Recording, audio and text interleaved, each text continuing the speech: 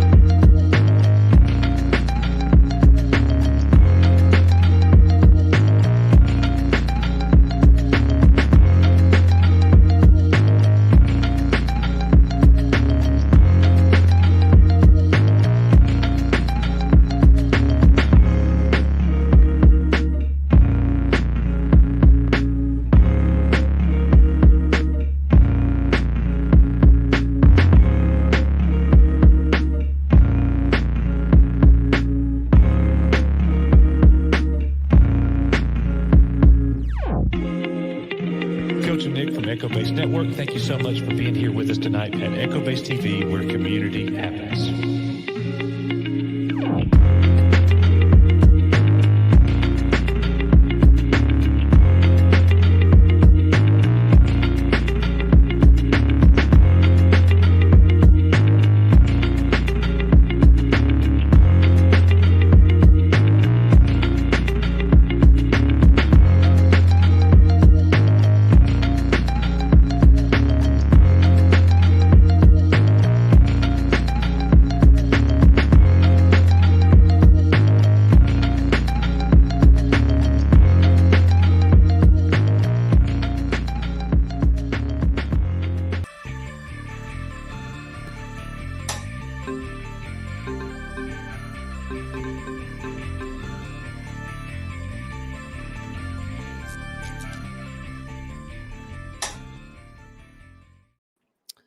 Welcome back, guys, to another episode of the EBN Cast. Special guest today, Andre from Midnight's Edge.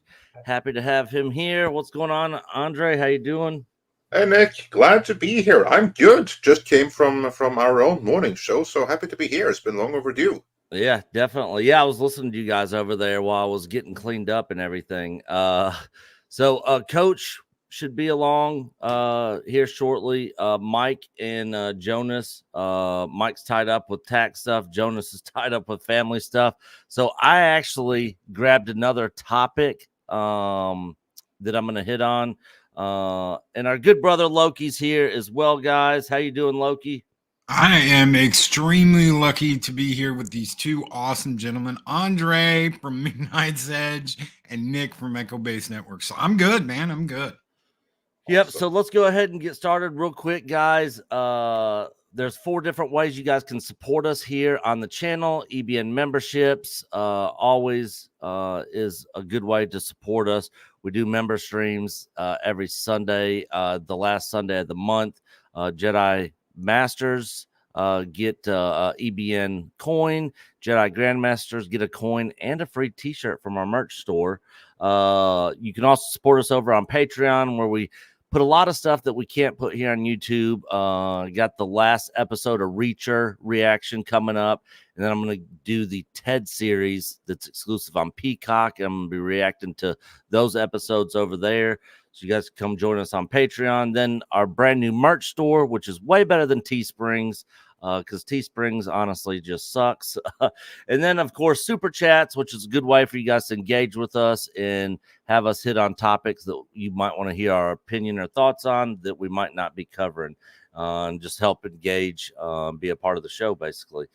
So without further ado, guys, let's go ahead and get in this. This first topic I got is a short one. Andre, I don't know how much you're going to know about this, but I know Loki's going to know about it. So this is the latest trailer dropped this week for Final Fantasy VII Rebirth, titled Destined for Rebirth. This got voted most anticipated game of 2024 at the Game Awards, and it's my most anticipated piece of form of entertainment of anything for the entire year 2024. I'm more excited about this than any movie, TV show. The writing, the character development, everything about this is top notch. And I think, Loki, you'd probably agree with me, right? Oh yeah. Oh yeah. So this is real quick, guys. We're not going to spend a lot of time on this. This is a quick 1-minute trailer, a couple screenshots. Me and Loki will nerd out for a minute. And Andre, if you got any thoughts, you can chime in. I have thoughts, yeah, but I haven't researched this thoroughly. But of course, I know my Final Fantasy. I never played it in detail, but I remember when it came. I remember it was a huge thing. Like, I was out of gaming at that time, so I never got the PlayStation 1. But many of my friends did. They were all over Final Fantasy 7. And every time we would go out for like a pot, going out, hang out in town and stuff like that, they'd warm up with Final Fantasy 7, where I'd be in the kitchen party, like warming up on the booze. Some of those guys would be playing Final Fantasy. So yeah, I remember Final Fantasy 7 in particular. Yeah. All right. So let's go ahead and play this trailer, guys.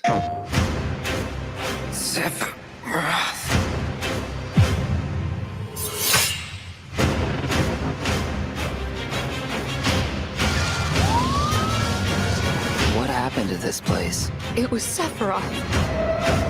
It can't be. He wants to finish what he started and rule over the planet. You coming? Way ahead of you. We have to help them. Let's get to work. You are truly a model soldier. People! We can handle this. I will reclaim our world.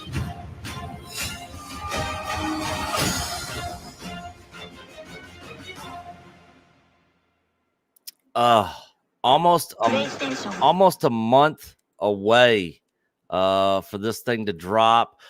Square also dropped some screenshots from the game here. And I'm not going to go through the whole article and stuff because they give a lot of details on a lot of the characters, a lot of the places you're going. But like I said, I cannot wait for this game to come out. Nobody's going to see or hear from me for probably 2 weeks once this thing drops, because I will literally be playing it nonstop.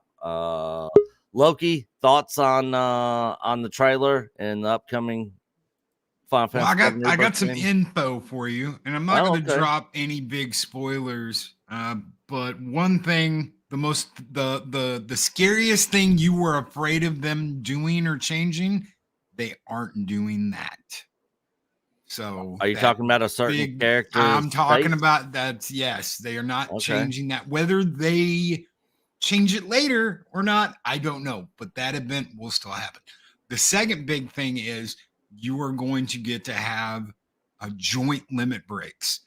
And I got to see the one for Aerith and Kate Sith. And Aerith does this, like, she spins her staff and this magic's going on. And Kate Sith grows. The Mog grows to like gigantic Godzilla-like proportions and stomps on this group of enemies. And I was like, what in the heck is that? I'm absolutely psyched. I can't wait for this. It comes out at the end of next month. We've been doing card pack openings for Final Fantasy, the card game, on Sundays. We're going to keep doing that every single Sunday until this comes out. We've got the remake, a whole box of remake cards. We've got like 8 different boxes of cards we're going to open from different opuses from different years of release.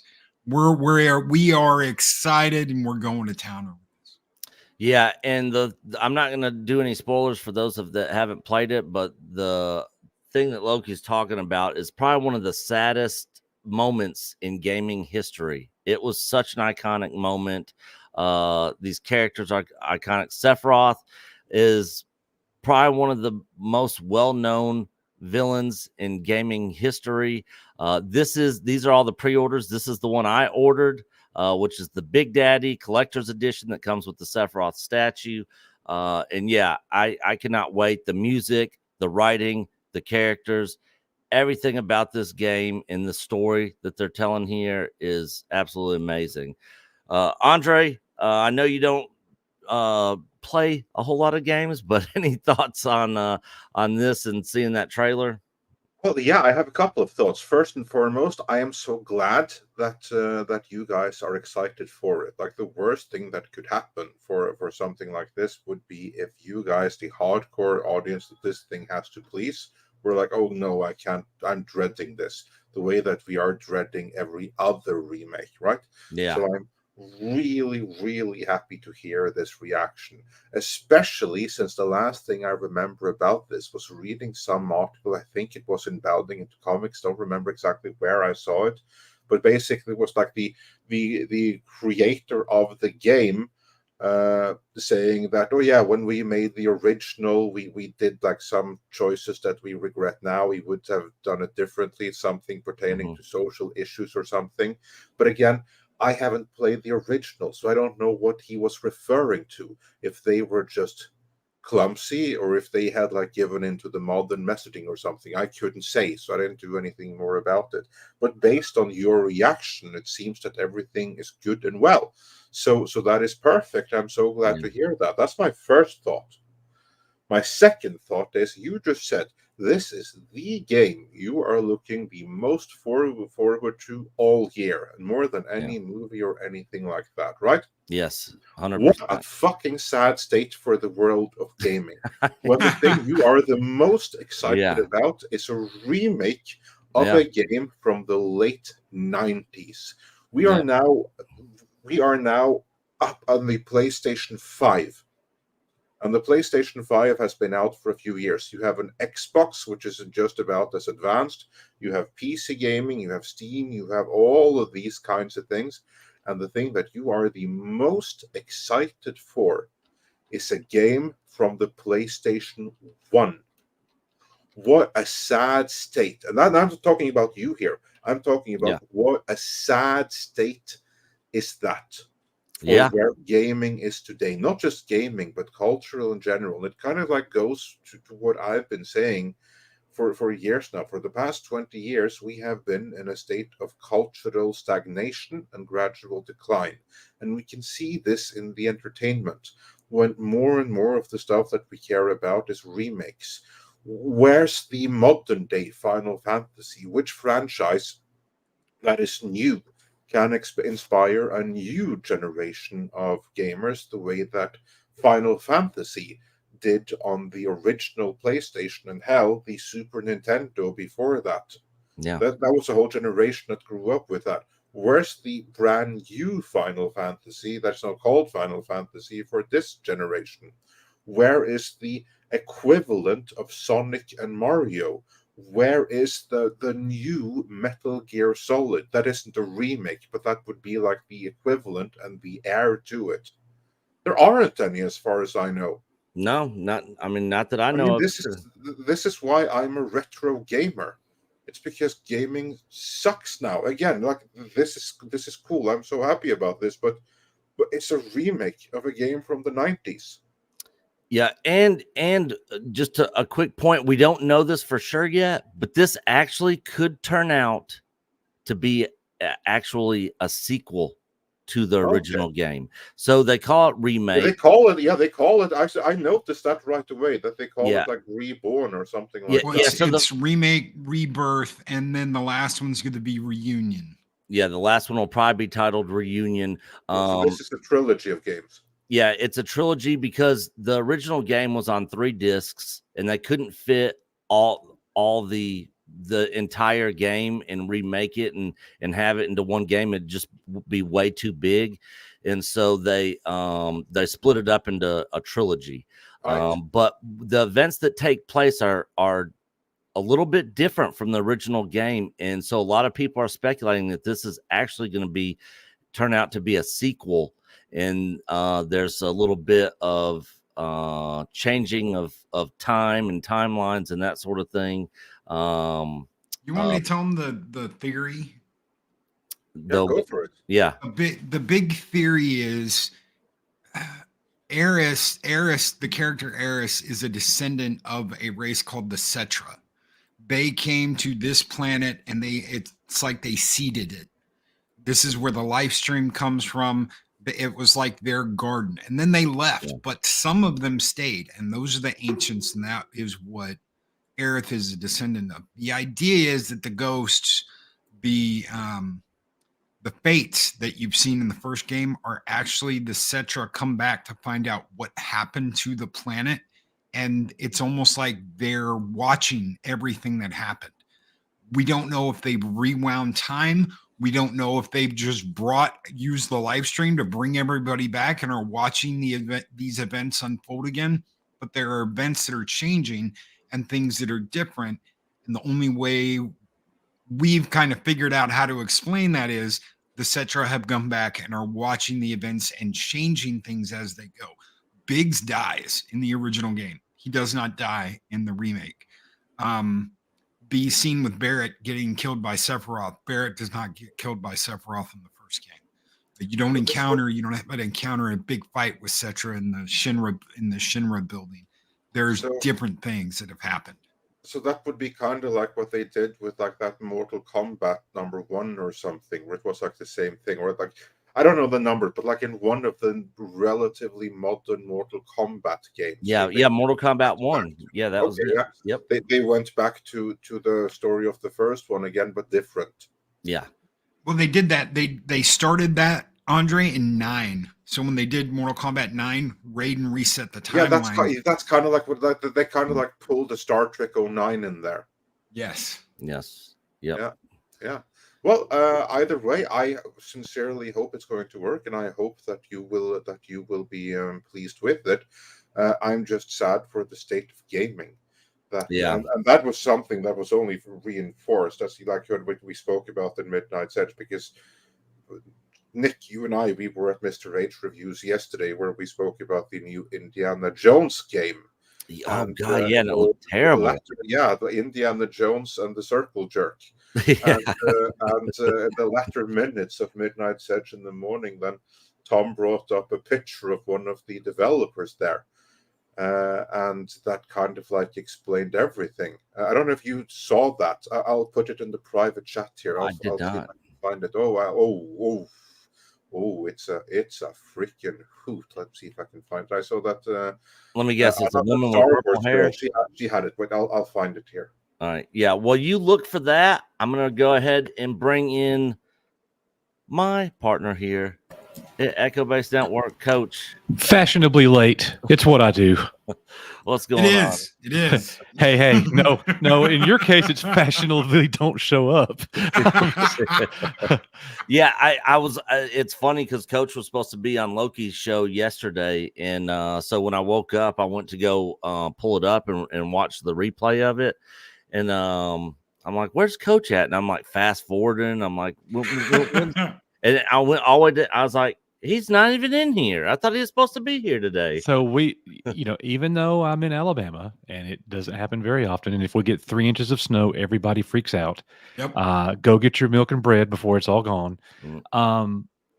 We lost power and the roads have been closed. It's been terrible. And my eyes popped open at 8:59 a.m. and Loki was wrapping his show. And I was like, oh my gosh. I missed it.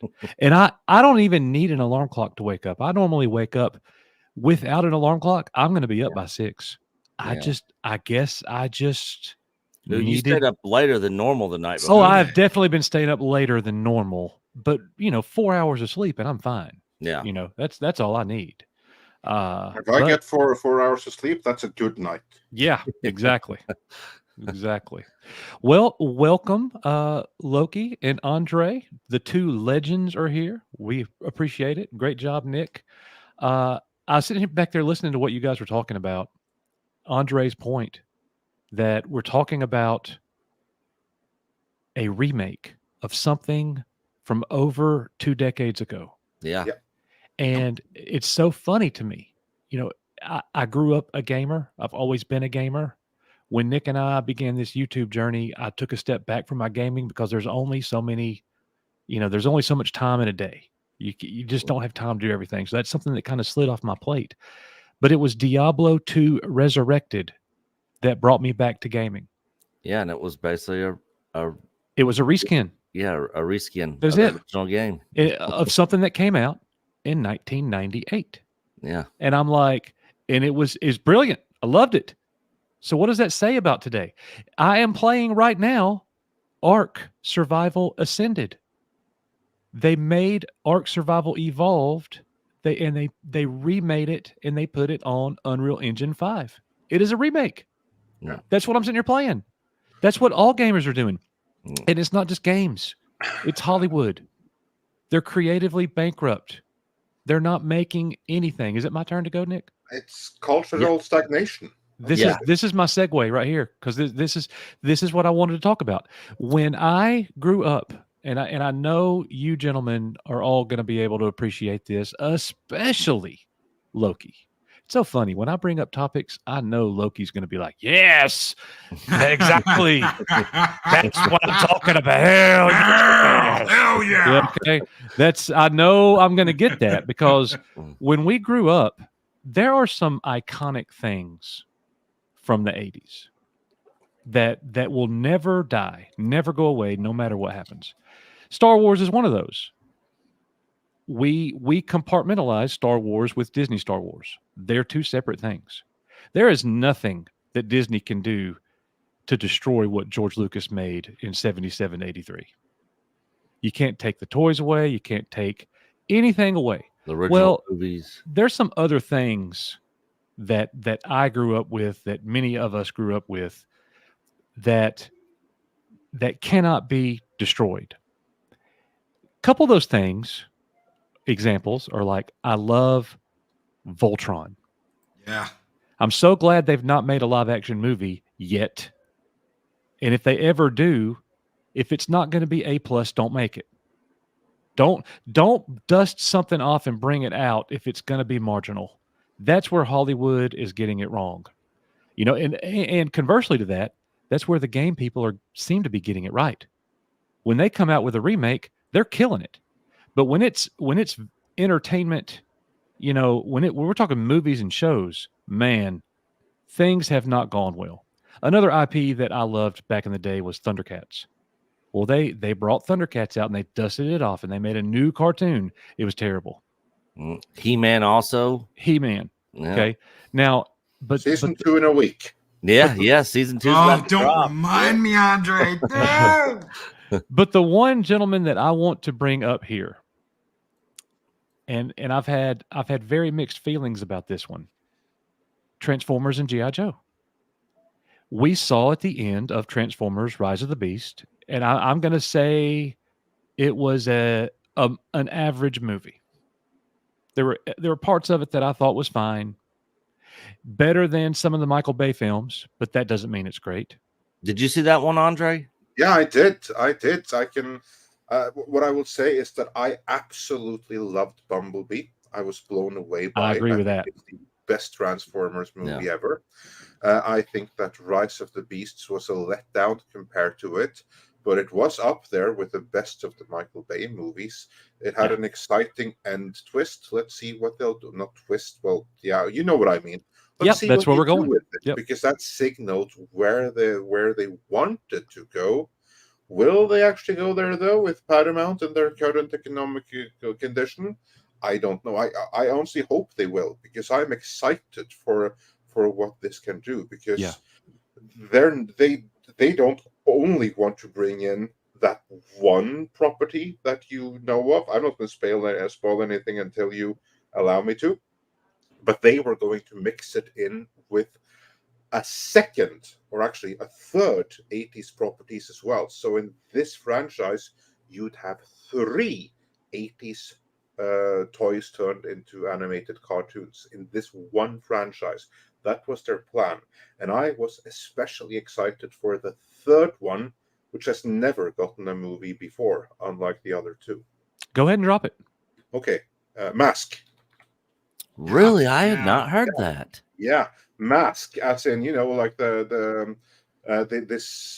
guys with like the helmets and the Mhm. vehicles. Yeah, and stuff I like watched that. that cartoon all the time Yeah, growing yeah, up. me too. I loved it. Yeah, I mean, that's why my first English teacher, like, as the more perceptive of you will have found out, I'm not a native English speaker, but my first introduction to the English language was through cartoons that we got in from Sky Channel from the UK, and so that was kind of like what I grew up in that sense was He-Man, G.I. Joe, Inspector Gadget, Mask, that kind of stuff that we got through the Sky Channel and Fun Factory. Now, I didn't really understand much at the time. I just looked at the pretty pictures and they blew my mind because I was so different from the stuff that I otherwise grew up on. I mean, I can show you some of the stuff that we grew up with in Norway. That would freaking blow your mind right there, but that's for another stream. I'll just say that half of the stuff that I grew up with that wasn't American animation that we got that one fateful day, that was stuff from behind the Iron Curtain, like good Soviet animation. Yeah. Well, Andre hit the nail on the head. Bumblebee, when Bumblebee came out, that was a reset of sorts for the Transformers cinematic universe. It's funny because it wasn't meant to be. Originally, it was meant to be a prequel. Right. But they came to their senses and they retroactively made it a reboot. So which was the right decision, don't you agree? It was the right decision, Yeah. absolutely. Because that way the movie works both as a prequel to the Bayverse, but although it's the best part of it. But since it was so good and they can just continue from there and do it right, retroactively made it a reboot. It's brilliant. So right there, ladies and gentlemen, Transformers has done something that G.I. Joe has not been able to do. And I will say this in full confidence, where Transformers made a very good movie in Bumblebee and a very average parts of it I liked a lot, and other parts that just didn't do it for me, The Rise of the Beast, but I'm okay with it. G.I. Joe is 0 for 3. Yeah. G.I. Joe tried to reset with Snake Eyes, and it was a disaster. I had forgotten about that. You're right. There's the third G.I. Joe movie. I'd completely forgotten. Yep. So now there's talk, and you saw the end of Rise of the Beast. They want to bring these two universes together, and as Andre just said, Mask as well. Yeah. The kid inside me that grew up with these things, that's exciting. Of course it is. But then I have to look and I have to realize the reality of this whole thing. G.I. Joe has not demonstrated the ability to pull this off at all. And you never know what you're going to get when it comes to Transformers as a movie. You just don't. So it comes a point where, as a fan, a diehard fan that has a passion for these franchises, it's almost better, gentlemen, if they just leave it on the shelf. Don't bring it back if you can't make it great, because if you can't make it great, you're hurting our hearts, man. They need fans, Coach. And I'm not just talking about your average everyday fan. I'm talking about people that know the lore, people that love the shows, the movies. I mean, imagine this. Imagine Starscream addressing the Decepticons, and they're about to make him their leader when you see the Black Cobra SR-71 jet fly in, Galvatron jump out of it, transform, and Starscream's like, "Who disrupts my coronation?" Yes. I would lose my mind. And they played with that in the first Bay movie when Prime said, "Megatron, one must stand, one must fall." And you're like, oh my God, they're going to do it again. They're going to kill Prime. No. And they toyed with little lines like that and little scenes like that. That first Bay movie. Mm-hmm. If they did stuff like that and they had fans going, "This is what you need to do, and this is the kind of story we need, and these are the kind of scenes we need," they would win. They would win, and it'd be about banking. We're gonna bank all we can off of these movies, and this is going to sell like hotcakes. Yeah. And all the fans are going to talk about it. The problem, Coach, is that you've got these people that are like, we don't want you to know the lore. We don't want you to know the history. We don't want you to read the comics. We don't want you to watch the shows. We don't want you to do your homework. Just listen to us and trust we know what's best. Right. Well, you know what's interesting about that is that Transformers, to a degree, has resonated with the generation that's, after us. A little bit, not a whole. It's just like Star Wars, guys, and everything else from back in the day that we're talking about. The numbers declined. There's not as many. You could see it across the board, but no younger generation knows anything hardly about G.I. Joe at all, because they have not been able to remain, relevant to any degree. And when I think of G.I. Joe, I'm going back to 1984, 1985, all through the 80s. It's something that dominated, the first part of my life. And they have just not been able to remain relevant in any way, unless there's something that I'm forgetting. You guys tell me. Man, I know I forgot that Snake Eyes movie and the backlash they caught off of that. I completely forgot about that. Yeah, people were hyped for that movie. Older, we're not old, older fans like Jeremy Griggs, Geeks and Gamers. He was pumped for the Snake Eyes movie. Let's go. He's a huge G.I. Joe fan. What a letdown. It's better if you just leave it on the shelf. If you can't do the job. Absolutely. Yeah. Thoughts, Andre? Yeah, no, you are right, of course. And I've noticed that myself whenever there's like something that is announced right now, or it used to be like 10, 15 years ago, whenever there was like some kind of brand or property that I liked that was announced, I was like, yes, can't wait. Whereas now I'm like, no, please don't. Because that is how it is right now. Like, for instance, I'm not excited for Marvel's Daredevil and the Punisher being in it, because he's one of my favorite characters. And how the hell are they going to muck him up this time? Yeah. I'd rather leave it on the shelf. But it's like whereas, like, for instance, I was okay with this Transformers movie. I would welcome a new take on G.I. Joe. I hated the first G.I. Joe movie. I kind of liked the second one, and I wasn't interested enough to see Snake Eyes when it came out. And then I forgot all about it, so I'm not even aware of it. I mean, how does that fit into continuity? Because like the second one is a retcon of the first. It's like part sequel and part retcon. So they basically, I like the second one because they take everything that sucked about the first one and make it better. But what does Snake Eye do? Where does that fit into the equation? It was like a prequel to the first one, wasn't it, Coach? It was when yes, it was. It's when he first became the Snake Eyes that we basically and it does know. fit with the other two, so we actually do have a G.I. Jones trilogy of sorts, just it kind of sucks. Yeah, pretty much. Exactly. Yeah, okay. Yeah, so fine. So we have a trilogy of G.I. Joe films, just no one's aware of it, left zero cultural footprint. I still think that if they're going to do it, do what they did with Transformers and take it right back to the 80s. That's what you need to do. Exactly. Cobra Commander, continue that. Cobra Commander with his two outfits, with the hoodie and the helmet. They only got it partially right in the second of those movies, butchered it completely in the first one.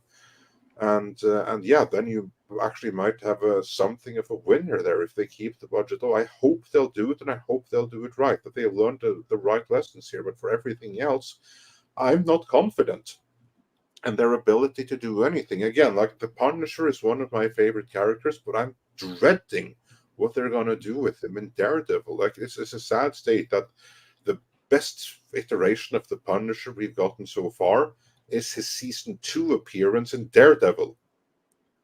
Right. Well, one thing that's interesting is and I've seen this, basically my entire life as someone who was really into the toys and collectibles. You know, toys from the 1980s have been scorching hot in the collector's world Oh yeah, for so the past expensive. 15 years. Yeah. They're beginning to cool off. And let's just face it, as time goes on, there's fewer and fewer that you can go find because they've all been found. There's going to be less and less. You go back 10 years ago and you were uncovering Star Wars, vintage Kenner 1977 Star Wars collections all the time. Now you're lucky to go uncover one every month or two. It's become more rare. As time goes on, that happens. It's the same thing with Hollywood.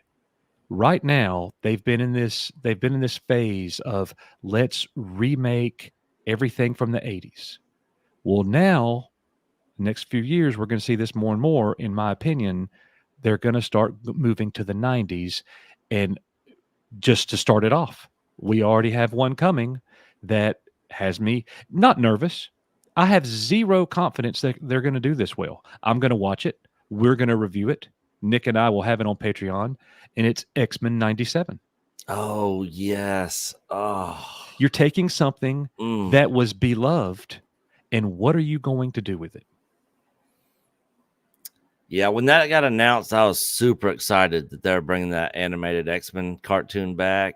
And then the more I heard, more info came out about it and the people involved. And I'm sitting there going, oh, this is going to be terrible. This is going to absolutely suck. They're bringing Mr. Sinister back. They are taking all these from, then this is just what I read. So if you want to take it with a grain of salt, by all means, all the men X-Men have been taken and brainwashed by Mr. Sinister. And it will be a completely female roster, except for... Oh my God. They're going to focus on the female ones, yeah. Except for Morph, who is now not considered a man or a woman, but some kind of both. So he will be... there will be a female version... There's a female version of Morph and there's a male version of Morph that he's going to switch back and forth to. But all the men have been taken and brainwashed, and it will be the basically female he's non-binary and he's fluid. Yes. Yeah, pretty much. Yes. And it just so happens he's one of the best shapeshifters in the Marvel Cinematic Universe. So it totally makes sense in that regard, even though I think it's trash and I don't like it. And he's now a they them. He's now a they them. Even though in the original series he wasn't. And that's the only reason I brought up the Morph thing, is because he was predominantly male in the original series, and now they changed that. But all the guys are gone. It's going to be up to the women to turn the guys back into good guys. They'll be shelved and sidelined, and then they'll go after Mr. Smith. Very frontier. Yeah. Yeah, this is Kevin Smith, Master of the Universe, all over again, but with X-Men. Well, and it's kind of like Luke Skywalker too. You're not only are you continuing the story, X-Men 97 is coming out, but you got the voice actor who was that Wolverine. Oh yeah, they got the, and he's back to voice that role again for the first time since. That for an X-Men fan, that's no different than Mark Hamill being Luke again. Don't mess that up. Yeah, and they are.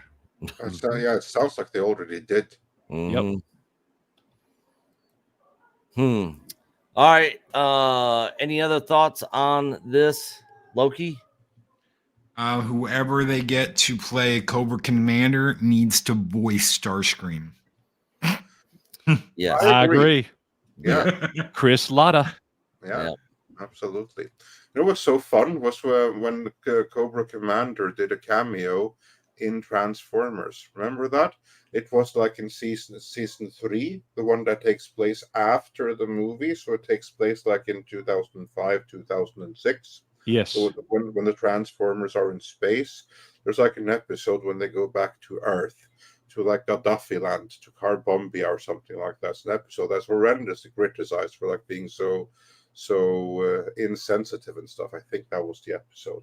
Anyway, there's this old man manipulating events, and it's obviously Cobra Commander an aged Cobra Commander, and it was glorious, connecting the two already then. Absolutely. And it was Chris Latta voicing him. And he even screams like Cobra at the end to remove any kind of doubt that this old man is the 2005 version of Cobra Commander. Yeah, that is good. We have seen multiple crossovers. We've seen multiple crossovers, before, like the comic series. There was a 4-part miniseries that came out in the 80s, Transformers versus G.I. Joe. The first 2 episodes was called that, and then the third and fourth edition was G.I. Joe versus the Transformers, and it was just a great little miniseries. There are definitely 2 things that I think could really complement each other and do well for each other, but you just don't know. And the name of that episode that Andre talked about is called Only Human: Transformers Generation 1, Season 3, Episode 23. Oh, there we go. Yeah. One last thing, what Coach brought up at the very beginning of this, I want to see 5 mechanical lions in real life rising up into the sky, and I want to hear their pilots say, "Go Lion!" And yes, if they did it right. Only if they did it right. They could literally take the first 5 episodes of Voltron and turn that into a movie. Yes, they could. And it would be one of the greatest things ever if they did it right.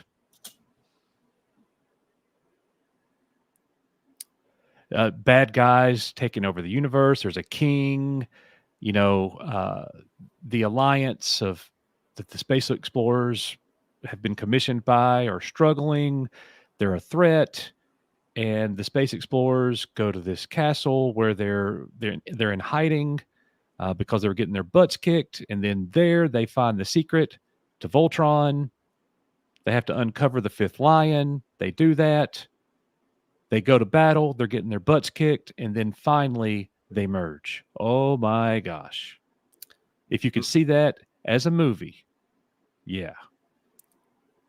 Man, I would feel comfortable if Toho got his hands on Voltron. Yes. And he did it. Which, speaking of, Godzilla -1 minus color out next weekend. I got my tickets already. Cannot wait to see that. They're not releasing. I'm so jealous, you guys. I still haven't seen that movie. Man. Andre, without color. Yeah. I guess you'll have to wait for the physical. I do. I have to, because I was supposed to see it this Monday in London with Mr. H. But since Northern Europe has decided to go green and in the process completely demolished our infrastructure, I couldn't go. Yeah, no, for real. Like, basically, there's really, really rough winter raging in Europe right now. Nothing really unusual. We've had winters like this before. But what's unusual is that the politicians in all over Europe, including Northern Europe, where we do tend to get winters, they all collectively went insane, or certainly they did not do anything for their people, because they decided, you know what, let's just go ahead and replace all our infrastructure that cleans the roads of snow and everything like that.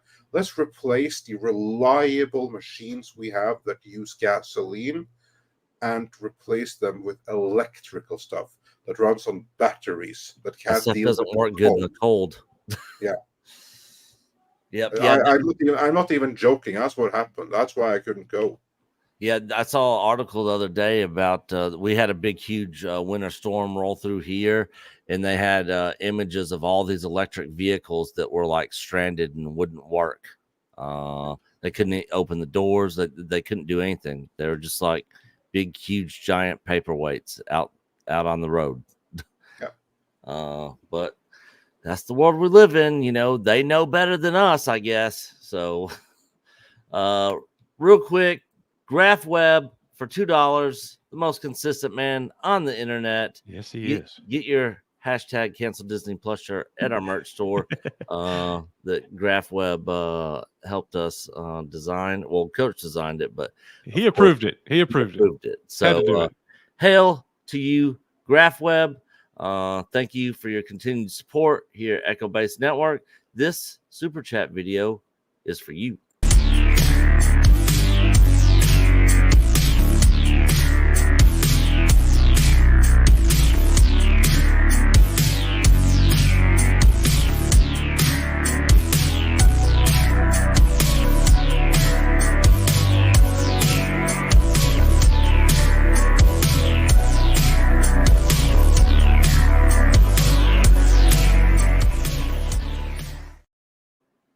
All right. I strongly approve of that super chat video. Just saying. I knew he would too.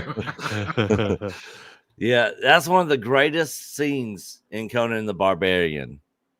I absolutely love that moment when they walk in there and they see Conan over there and they recognize him.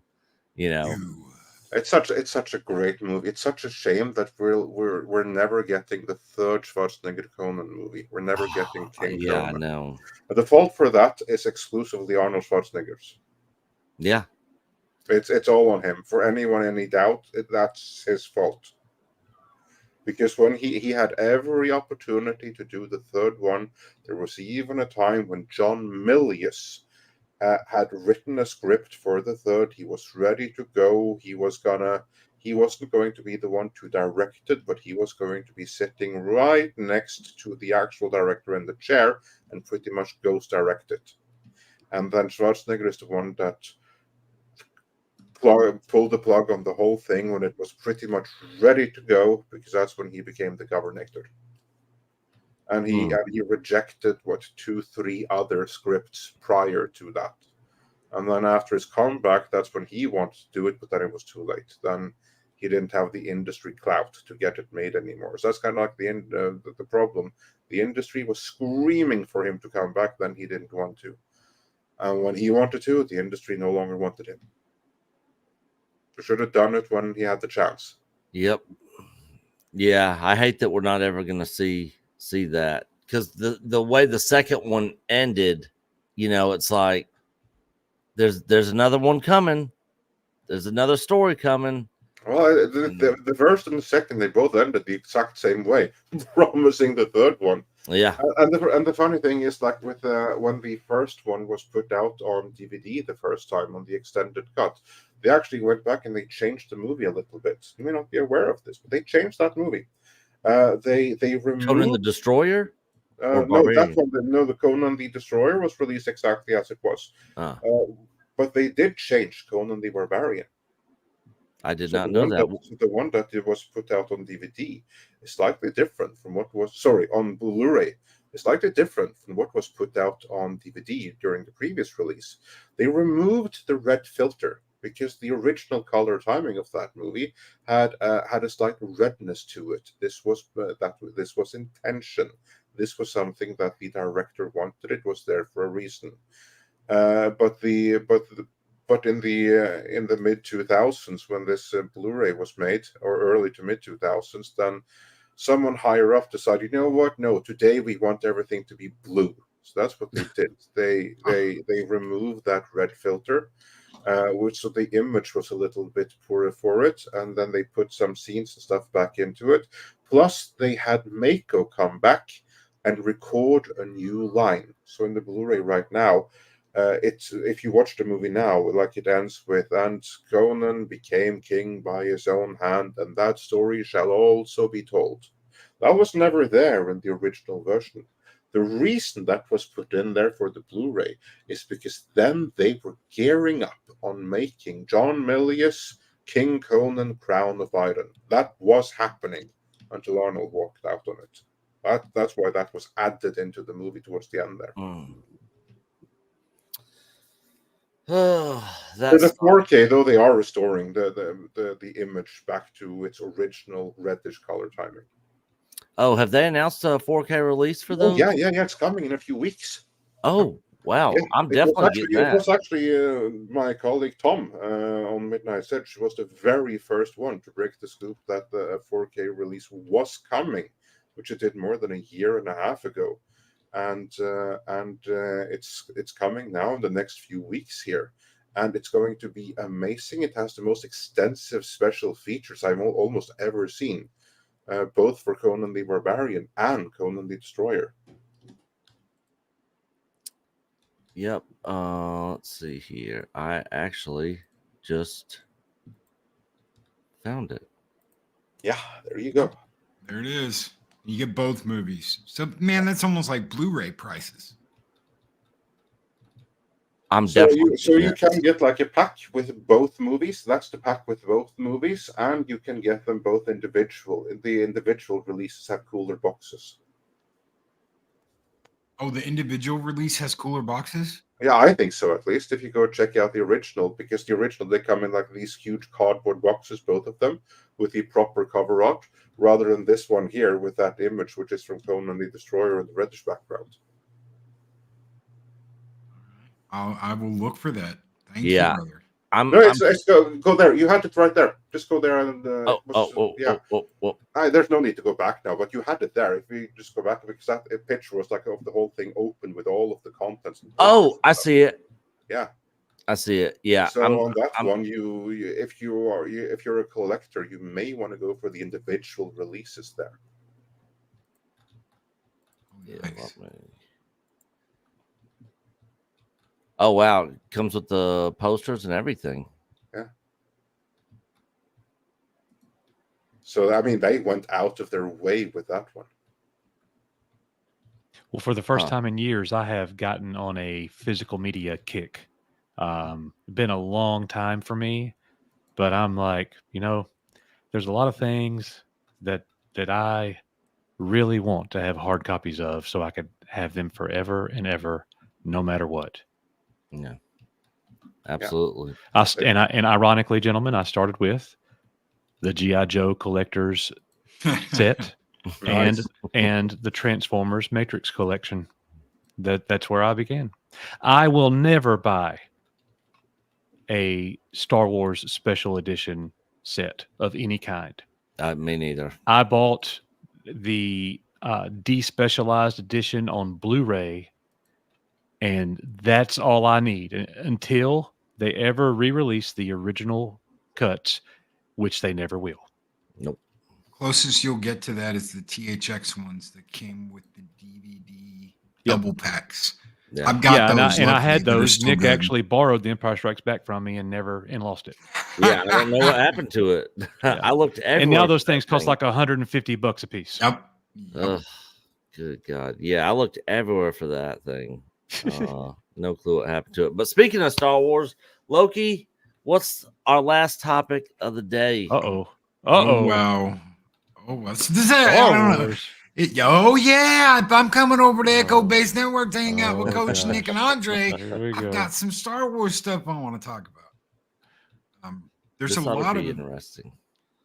There's a lot of promises going on that, and you guys, if you've seen me here over the past 2 years, you'll know what I say about this. There's a lot of promises that if we can just get rid of one single person over at Lucasfilms, we can start to repair the damage that's been done over the past, 10 years to Star Wars. And, ladies and gentlemen, that is not going to happen. I hate to tell you that Lucasfilm is infected to its roots in what you are seeing today. Between their inability to decide, we want to do this movie with this person and this director. Oh, no, wait. No, we don't.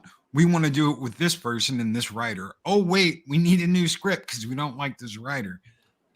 No matter what it is, it's a deep infection in that company. And that infection came from Disney, unfortunately. The same thing has happened to Marvel. That has happened to Star Wars and to Disney. We recently heard about it's Peltz, right, Andre? Peltz. That's in, yeah, and he's back with a vengeance. And We wish him the best of luck. Yeah, that what was it, CNBC or MSNBC interview he was on? MSNBC. Man. Yeah, MSNBC. man, he was going scorched earth in that interview. I watched the whole thing. He was not holding back a whole lot. And the board doesn't care. The board doesn't care about making tons of money. All they care about is inserting their ideology and their social agendas. You want to know what the thing is though with the board? The board are making their money anyway. Yeah. It doesn't matter how the company performs because the board is on a fixed salary. So if the company does amazing or the company does shit, board still gets paid. They get paid their board fee. This is actually one of the things that Nelson Peltz wants in there. He essentially wants to get in kind of like a success-based fee so that both the CEO salary and the board salary is linked to the performance of the company. Because what we're seeing right now is that Iger's salary has gone down a little bit from what it has, but not as much as it should have, considering how Disney is performing. He's still earning like last year, he earned like 30-40 million. While he was running Disney into the ground. I mean, that's the kind of salary that it would be okay if he had that in 2019 when they were breaking records left and right. But this year, he should only have had a quarter of that because the company is doing this badly. I mean, ideally, they should have kind of like a base pay, but everything beyond that needs to be success-based, based on how things work. I mean, Nick, you know how this is. I'm sure that's what your life has been like. Certainly, my life in the finance has been like that. In order for me to be able to get fully paid in Norwegian finance, first my department, the company has to do this, but then my department also has to do this. And if none of those are true, then kiss your bonus goodbye. All you're getting is your base pay. Yeah, and we have evaluations constantly, certain goals that have to be met. Exactly. Yearly, quarterly.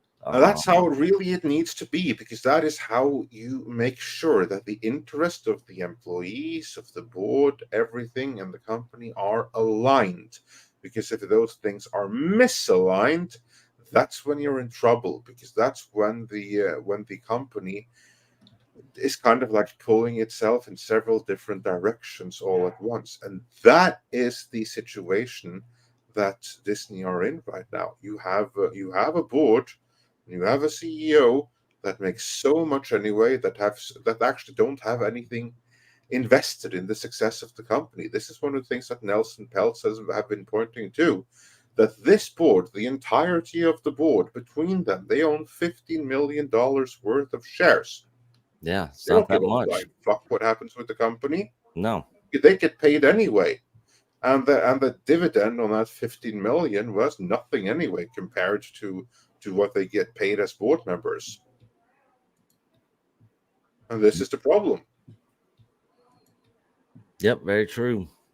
As you run a beloved franchise into the ground, making everybody continue to lose interest in it. Multiple beloved franchises. If it was just one, that'd be fine. But it wouldn't be fine, but it wouldn't be the end of the world. But we're talking about literally everything. You're right. Going to hell. A lot of people would say, Loki, you hate Star Wars. No, I don't. You can ask these two guys up here how much I love Star Wars. Oh, yeah. Loki, you hate Marvel. No, I probably got close to $50,000 worth of Marvel comic books in my kitchen in boxes at the moment, in comic book boxes. I love Marvel. I've loved. Why are they in your kitchen? Because my storage room is completely full. They're in long boxes and short boxes, but they're like up against a counter in the kitchen. I got you. I'll just messing with you. I love these two franchises. I love Disney. I grew up watching Disney movies. Don't you dare call me a black pill or someone that, you're just saying it because you hate it all. And no. I love these companies. I don't love what they're doing to the things that I love.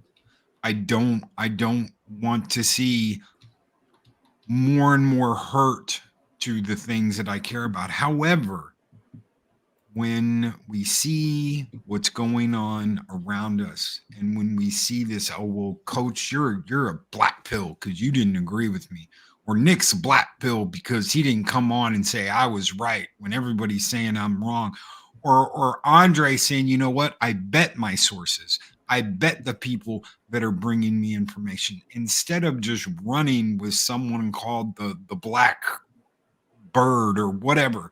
When you're releasing information that you know has not been vetted, you know has not been gone over, that is doing just as much damage as what Disney's doing, because it gives people this, oh, well, maybe there is hope. And then they find out, no, because, they're not going to let Favreau do what he wants to do. And they're going to do this with Filoni. And they're going to come out with this movie and let someone who, coach, last week, someone said, well, this woman that's going to direct the movie has an award, has a film award. That doesn't matter.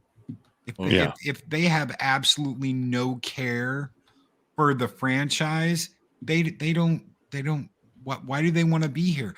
Oh, so they can tell a socialist version of this or that and tell you how powerful the girl power is going to be, and it's going to make guys shrink in fear. We saw that with James Bond. Oh, when the new 007 comes into the room and talks to M, she's gonna pull a tampon out and throw it in the bin. And you're like, are you serious? Yes, they actually gave that review. Yes, they filmed that.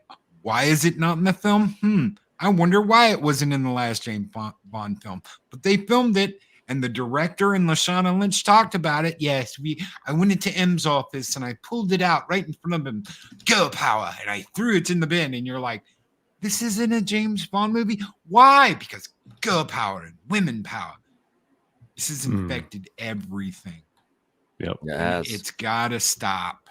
I'm not against women. I'm not a sexist. I'm not a Yahtzee or any of this. I just want good entertainment. And I want to go back to the point where we could smile and enjoy something without being denigrated for enjoying it, without being told, well, you need this lesson on feminism to be rolled into your Star Wars or to be thrown into your BS or whatever it is. We need to get back to making movies because they're enjoyable and they're going to make the company money. Fox made this problem in the 90s when they were like, hey, you know what? We're going to do this like a corporation. We're not going to listen to the director. We're not going to listen to the writer. We're not going to listen to the actors. The executives know better than anybody. Hey, let's cut up Alien 3 and make it an absolutely piss poor movie because we're constantly interfering with the creation of a movie on a daily basis. That's what's happening now. Actually, I would say it's a little bit opposite of that, because the irony is that back then, the filmmakers had a better handle on things, and the network people just fucked things up.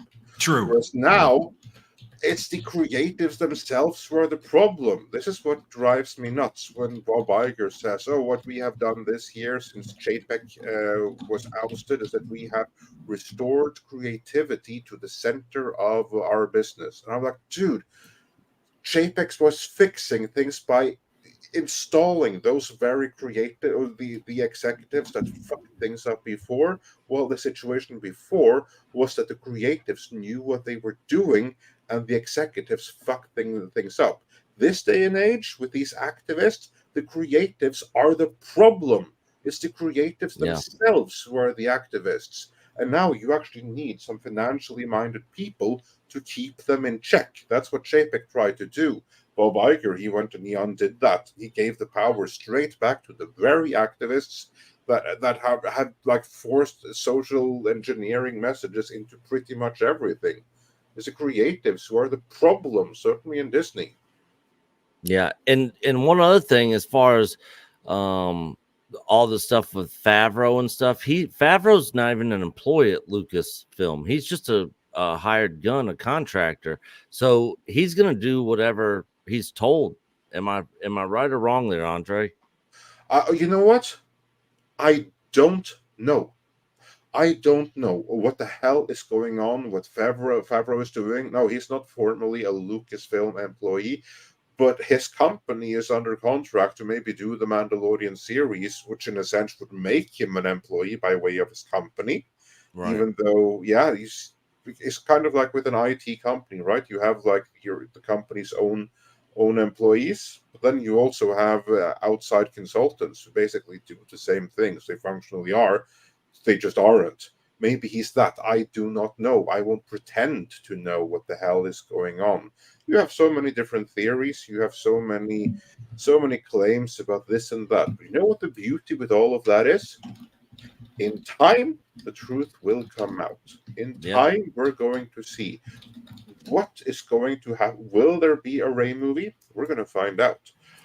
If there is, what will happen with it? What's going to happen with this Favreau project? Then time will tell who was right all along. No one can do a forensic after the fact. Until then, we just have to try to sort through the rumors, just keep our head cool, and not get caught up in too much drama. That's all I would say. Yeah, Coach, you got to run. I do. All right. Rachel's needing me. We got a new puppy, and I hear him in there. They don't know I'm live streaming. So go now or wait and risk getting in trouble. So I need to run. Yeah, okay. No, exactly. That's never misunderstand those messages. Loki, Andre, this community here at Echo Base Network, I feel like we are a branch of what you guys do. We love y'all, man. Keep rolling, keep going, and we'll keep watching. Hey, we are, you are, right? Yes, sir. We'll see you guys later. All right. See you, Coach. Good job, Nick. Yep. Real quick, since we're on this topic, let me hit the Mr. Buttcrack Media gifted 5 Echo Base Network memberships. Hail to you, good sir. Hail to all the new members. We do member streams at the last Sunday of every month. You can also find the link for our Discord. There's member posts over on the community page to join up over there. So thank you for that, and welcome to all the new members. To all the new members out there, this video is for you guys.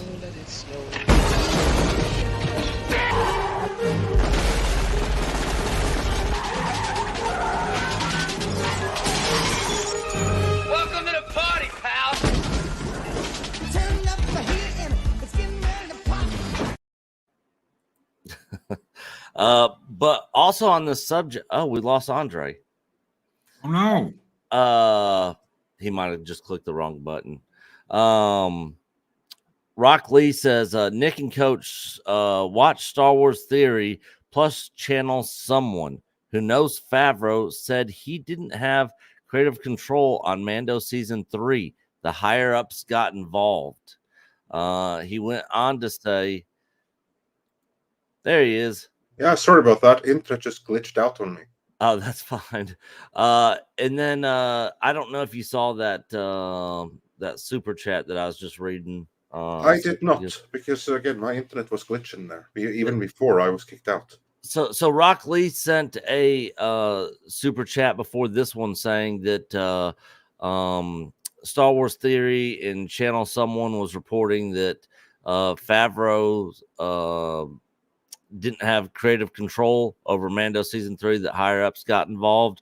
And then this is the follow-up to that super chat. He says some random dude walked up to Favreau and asked him what happened to Mando season 3. He responded by saying no creative control. That I absolutely believe. I absolutely believe that that he was probably under contract to do Mando season 3, but he had no creative control. I think that the way that his character was killed on screen after fighting bravely, I think that was a signal to the fans. Just like Joss Whedon kind of like did in the Whedon cut of Justice League, when you have like the homeless beggar in the beginning with the sign saying, I tried. That apparently was a message to the audience. I think this was exactly the same thing. Look, Jon Favreau, he is the consummate professional. he knows that the audience, they're not going to give him any new jobs. It's the like of Disney. Those are the ones that he has to keep happy, even though he knows that he's going to have to make some compromises. As long as he does that, Disney is going to give him more jobs. Same with the rest of the industry. You're going to see that this is a guy who is really creative. And when things go wrong, as they frequently do, he's not going to go out and badmouth the people that he's working with. People who do that, they tend not to get hired again. Whereas someone who shows consistently that, yeah, okay, I'll deliver consistently, and if something goes completely, utterly wrong, I'm not going to humiliate you for it. Yeah. That's the kind of person that everyone in Hollywood wants to work with. But at the same time, I think Paz Vizsla being killed off on screen the way he was, that was him letting an educated audience of his fans know he has no choice in this matter. He's doing what he must do. And he tried and he lost. That's what I think happened there. What happens forward with Mando Season 4, with the movie, time will tell.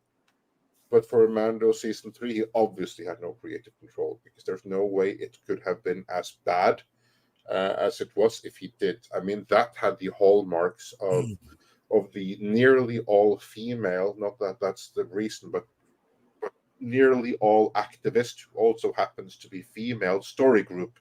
It had like their fingerprints all over it. That's what I saw there. Yeah, it almost felt like somebody else was running Season 3, like it was a whole different team of people. It just felt so different from the first 2 seasons. Yeah, there was a rumor, and I don't know if you guys remember this or not. Andre, do you remember the picture that they took in Season 1 where you had Favreau, Filoni, and Lucas, and then you had KK behind him, kind of like in the back of the bus, and she was kind of cringing? Yeah. Is that ever since that moment, she said, we are not going to turn Star Wars back into a boy brand, and was working on subverting anything that Favreau was doing. And that's why we got this Season 3. Yeah, it was like the Bo-Katan show, Season 3. That this had been set up ever since that moment, ever since that picture was taken. She was not happy. She was not happy on the set with Lucas and Favreau and Filoni, and had been working on taking creative control away from Favreau since that very moment. She was not happy when she walked away from the little boys club doing its thing on set. Yep. 100%. Donald J. Skywalker, member for 3 months. Hypothetically, if KK were fired, who would the replacement need to be for the panel to have hope? Great show and panel. Hail, Donald J. Skywalker. I'll go first. For me, her being fired is not going to fix Star Wars. This goes way deeper than Kathleen Kennedy. This goes all the way up to the executives at Disney, the board, all the BlackRock investment firms, and the DEI and all that sort of crap. I think the only way I would have hope is if it got so bad for Disney that they had to sell Lucasfilm because it just was not profitable for them, and they're just losing money. So they just have to turn around and sell it. And then somebody else takes over with whole new management, whole new team. They go in and clean house. That's the only way I would have hope. Andre, you? Yeah, as for me, first and foremost, as you say here, Kathleen Kennedy is just one person. The rot goes far, far deeper than one person. At a minimum, at an absolute minimum, you would have to fire everyone in Lucasfilm. And I mean everyone. Yeah. The entire story group, even the secretary cooking coffee. I'd fire all of them. Even Filoni. And then especially Filoni, and then have them all reapply for their positions. And there's and because that way you're able to separate, okay, are you loyal to George Lucas or to the previous administration? If you're willing to loyal to George Lucas, we'll take you back again. And the same I ask for who's running it. Oh, that's simple. Jon Favreau. He's the one person, the one and only person that I would trust with that. I'm sure there are others out there who could do it, but I don't know of them. So restricting myself to people that I know, I would say basically you need two people, just like you do with DC, because James Gunn, he is dealing with the creative in DC, and then you have Peter Safran, who is doing all of the accounting stuff basically. Yeah. Have Jon Favreau be the creative director, and then have some other accountant dude come in and just help him make sure that everything that he does actually is fiscally responsible, viable, helping make sure that the contract, the legal stuff, all of this is in order, so he doesn't have to worry about that, so that he can be a creative first and foremost. I think that is how you fix it, and then he can build up a completely brand new team. Now, in order for this to happen, so that would be the minimum. The minimum would be a complete wipeout of Lucasfilm, Jon Favreau coming in instead. I know there are some claims out there that that Favreau is already in control. If true, fantastic, but I need more proof of it. Before I run that story, I need to see more incontrovertible proof. As it is right now, I'm not saying that's not true. For all we know, hey, maybe Favreau is in charge of everything. But as it stands right now, there are alternative explanations that fit as well, or at first glance even better, with the observations. Then I have to go into that direction until more evidence, objective evidence, manifests itself, and then I'll change my opinion according to that. But as it stands right now, give all the power to Favreau, then I would have hope. That's just for Star Wars, because then a matter of, well, is he going to be influenced above? Really, the only thing that's going to change anything here is a complete wipeout in Disney. Similar way, you need to basically have all of Disney's shareholder vote for not just the two people that Nelson Peltz has put forth. They need to vote out each and every last one of the current shareholders. Peltz's people need to replace as many as possible, as many as he can. He's not going to be able to replace everyone, because you still have the BlackRocks and stuff. They're still going to have in their candidates there no matter what. So there's going to be a kind of a struggle. But as long as the majority are Peltz and Iger, Perlmutter adjacent or aligned, and that's all that's needed to fire not Ike, but Bob Iger on the spot, and bring in someone else. Maybe Rasula would be like a good replacement, can step in right away, and then you start firing everyone else in Disney. And when I say everyone, I mean exactly the same thing as I said about Lucasfilm. Like, how many people are like working in Disney? 120,000, 200,000? What's the number? Yeah, I'm not sure how. Okay, let's just say let's just say for the sake of argument that there's 200,000 people working in Disney. For the sake of argument, what you would do to make me get back hope, you fire 199,000 of them. I'm serious. Fire everyone, every park employee, everyone. Every people doing the cleaning, every last motherfucking one. Yeah. And have them reapply for their positions. And then you have those 1,000 people that you didn't fire. You have to make sure that those are good people. Go through and make sure that you rehire only the good people. Company's going to struggle a little bit, but that's essentially what they did at Twitter. They fired the majority of the company, and the company was better off for it. They have done this in a number of European locations where with the police force even, where there was so much crime and so much corruption until someone figured out, well, you know what? That's because the biggest gang there is actually the police gang. And they're the kingpins running this whole joint. So they fired the entire police force. And they had everyone reapply for their jobs and make sure only the good ones got hired. So the gang leaders who used to have the power of the badge behind them were suddenly unemployed. You know what happened after that? Crime fell like a rock in those areas. That's my cure for Disney. Fire everyone. and rehire the good people. And the good people will come back because they're the true believers. And the people who are like, you can't do that, I'm not going to never come. Well, good. We don't want you back. Because with that kind of attitude, you were never the right material. And if that means that some other people are going to have to pick up some slack, so be it. If they're true believers, if they want what's good for the company, if they're the kind of employees that you want, the company will be better off. It's better off with one dedicated worker doing the work for 5 freaking activists. I agree. Andre for CEO of Disney. That's my vote. Loki, thoughts? I would do better than Iger. God, yeah. I believe it 100%.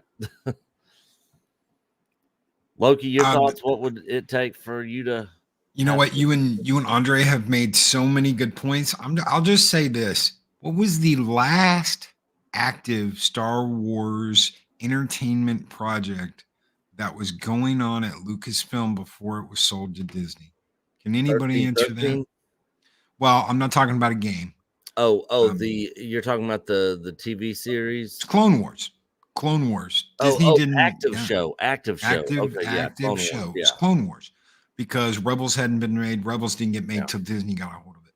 So, how many people at Lucasfilm today are connected to that show that was active then? There's only 1 or 2, and that's Filoni and the other lady that still works at Lucasfilm. All the animators are gone. All the storytellers are gone. All the people that did the music, they're gone. Everybody's gone. Almost no one who worked at Lucasfilm when it was picked up by Disney still work at Lucasfilm. That old guard is gone. You're not going to get them back. They're not going to come back. The current guard that you have, it's all tainted. You don't know who's working for who. You don't know whose who's following whose agenda. We don't know what they're listening to from KK. We don't know what they're listening to from Iger. Shut it down. Shut it down for 5, 6, 7 years, and then start fresh with new creators. You got to get it out of the hands of Disney. It would have to be sold, but you shut it down. You let it rest. You let the fans heal a little bit, and then you start to start it back up. And it has to be a good creative team. It cannot heal and cannot go forward under the leadership it has now. It's got to rest. And Disney's never going to let it do that, because they're like, oh, well, and another Star Wars movie. We can do whatever. Oh, but we're not going to do that movie. We're going to do this movie. Oh, well, we're going to put that movie on hold and on the back burner because we don't like this writer. Oh, we didn't like the way this guy's movie turned out, so we're going to go back and we're going to reshoot 3/4 of the effing movie instead of finishing the movie with the guys you have. It's dumb. And they are dumb. And anyone that would have pulled that in a different company at Warner Brothers, anybody, it's maddening that they went back and they remade 3/4 of Solo. That's insane. That would have broke any other film company. And it almost killed Warner Brothers when they did it with the Superman stuff, when they did it with Justice League. It's asinine and it's dumb. Finish the movie and come out with it. I don't need this person to come in and redo 3/4 of the movie to finish the movie I was almost finished with. Just finish the movie. Oh, but I don't like these 2 guys now and I don't want to give them credit. Oh, boo-hoo. Finish the movie instead of going back and spending $200 million more on a movie that might be a failure or might not. Just finish it. It's the old guard's gone. So give up on the old guard coming back and doing. Give up on Lucas Inc. if they ever come back and be president of Lucasfilm or any of that other nonsense. He doesn't want to. He's old. He's tired. He's like, you know what? I did my bid for Star Wars. I'm done. Anyone who tries to convince you that all they have to do is get rid of one person, that is a lie. That is BS, and they're just trying to take advantage of you in some way or get your money from you by following their Patreon. Don't listen to any of that nonsense. It's going to take a cleaning house and starting over from scratch if this is going to be a thing in the future. That's what they have to do. Ultimately, I think all three of us pretty much came to the same conclusion that you pretty much have to start over. All the people there running things need to be gone because it's not just one person; it's way more than that. But let's see, Blood Guilty Gaming, $10 super chat. Hail to you, good sir. Blood Guilty Gaming just got here. Sorry I'm late. Had to work later than expected. Here's some more financial support. See you guys in Nashville. Yes, so thank you for that, Blood Guilty Gaming. We will see you in Nashville. So if you guys did not know, our yearly Echo Base Network meetup is in Nashville, Tennessee every year at Icon, a fan con that does Star Wars, Star Trek, anime, Ninja Turtles, sci-fi. I mean, it's basically a pop culture. It's primarily geared and focused more on Star Wars than anything, but they cover everything. Loki went to it our first year, and bought about $600 in Star Trek stuff. Yeah, Loki bought a crap ton of stuff, crap ton of Star Trek stuff. The coolest thing Loki got was the Defiant from Deep Space Nine. You did. I showed off the station because I got the station too. So I got the space station, the station and the Defiant. And I was showing off the station the other day, and someone said, "Oh, it's got a little Enterprise D docked in the pylon." I'm like, "Well, yeah, because it comes with the thing from the first episode." So neat little stuff like that. I got the promo wall hanger for Final Frontier. So it's a giant. You haven't seen this yet. But it's a giant cardboard Enterprise A that hung from the ceilings of the theater when they released Star Trek V, which isn't obviously the best Star Trek movie, but the fact that I was like, oh, that was one of the hangers. That was one of the giant cardboard Enterprises that hung from the ceiling in the theaters. We got that. That's hanging right above our hallway door now. Sweet. Yeah, and guys, I put the link for Icon in the chat. This is basically the page here. They normally do it in the springtime, but this year it's going to be October 3rd, 4th, 5th, and 6th, 2024. It's so bad. In Nashville, Tennessee. You going to make it this year, Loki? Not if it's in October. I can't. No. Not so HoloCon right around the. Yeah, I would love to. Because that's in September. I just don't know if I can afford it. Yeah, that's in September. And Loki's still paying off the wedding. Loki's going to be paying off Loki's wedding for the next 2 years. It's not for priorities. Yeah, so this is where the meetup for the Echo Base Network meetup is going to be this year. Like I said, link is in the chat. So if you guys are interested in hanging out with us in Nashville, Tennessee, Icon in Nashville, it is a great fan con that has no Disney involvement, no Lucasfilm involvement, but they have a lot of celebrities there. Like we hung out with General Veers from Empire Strikes Back. What was his name? His real name, Anthony Glover. He was also Donovan in Last Crusade. Yes. You know who I'm talking about, Andre? Vaguely. Yeah. Anyways, me and Mexican Iron Man were like buying him beers and stuff at the bar and like hanging out with him. And he said his favorite movie to do was Indiana Jones and the Last Crusade because he got to work with Sean Connery and Harrison Ford. Yeah, I don't blame him. If you guys know, I know X-Wing has been on this channel a million times. If you would have seen X-Wing's face when he came off the elevator and was like, "Excuse me, young men, do you know the way to the bar?" And it was like a scene out of Wayne's World. I mean, X-Wing was just like on his knees. We're not worthy, man. It's an honor. And I'm just like, what in the heck is going Yeah, he was like, wow, that's General Veers from Empire Strikes Back. It's an honor, sir. I was like, Yeah. Yep. That I was like, it's that way. And he goes, thank you, kind sir. And I'm like, Yeah, I will tell you this from experience, guys.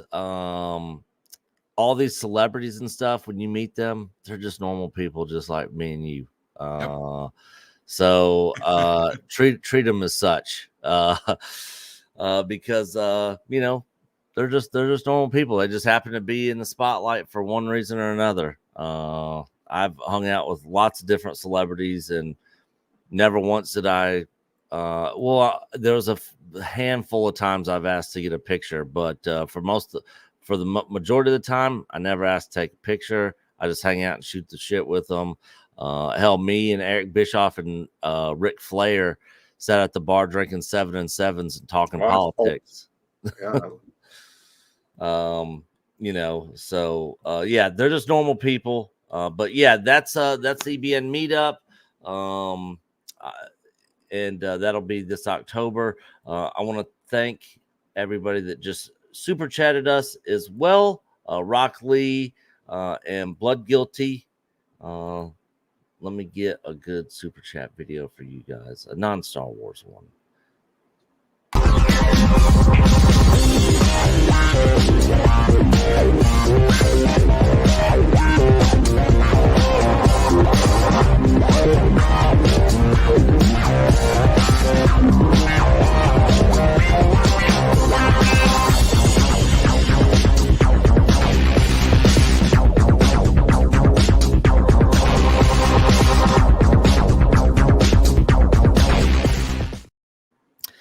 And guys, that's gonna do it for the show today. We went way over our normal time today.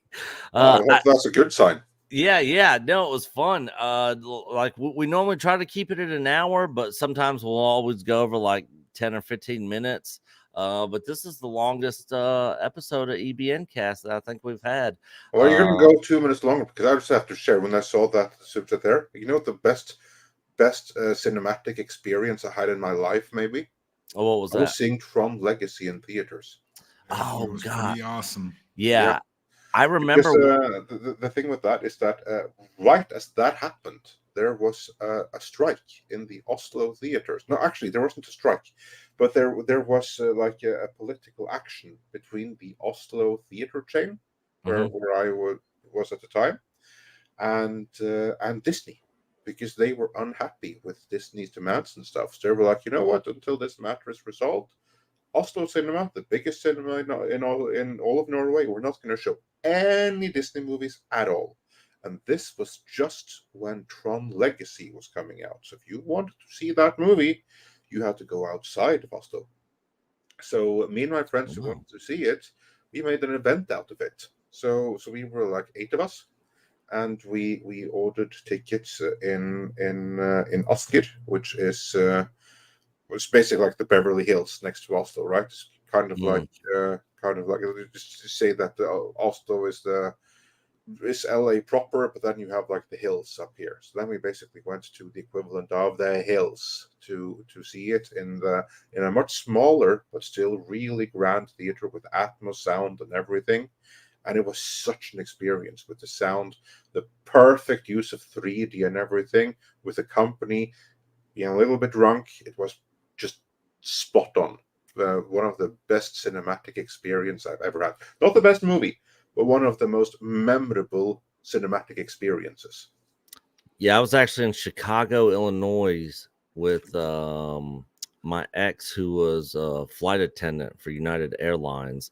And I was on a trip with her because I got to, if I wanted to go on a trip with her, she could always hook me up with like a buddy pass or, basically a cheap ticket, And so we were actually in Chicago and that movie came out and we went and saw it at the theater there.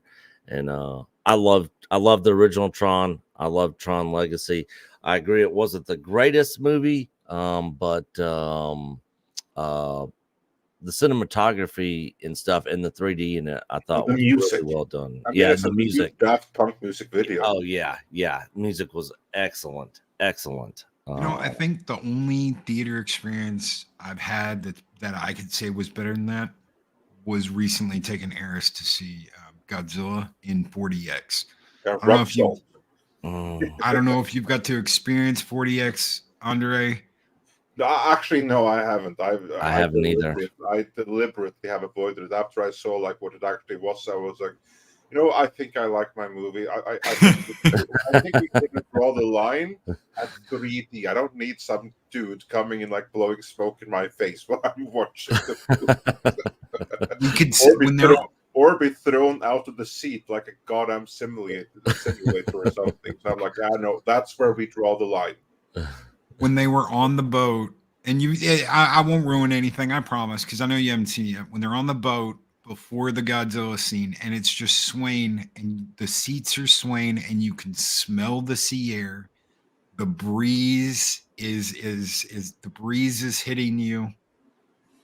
It's something else. It's just something else. I'd done it once before. Eris had never done it, and Eris completely tripped out when we were there and was like, I don't know if I like it or not. But it's one of those one in a lifetime experiences that if you're going to do it, at least do it once. Yeah. And it was in a brand new $100 million Regal that only had popcorn, Pepsi, and Mountain Dew. They didn't have any concessions. They didn't have any candy. They didn't have nachos. They didn't have pretzels. They didn't have nothing. All they had was popcorn, Pepsi, and Mountain Dew. So the service was terrible, but the theater was majestic. It was beautiful. And the seats were great. And the experience was great. It just... When I come to Houston for Retropalooza in this year, I'm going to have to go to that. Oh, yeah. Tell me where that theater is so I can... Oh, dude, I'll take you. We'll go see something. We'll go see something together. I want to try it out and see what the experience is like. But I cannot wait for Godzilla -1 color this Saturday. Yep. My tickets are ready to go.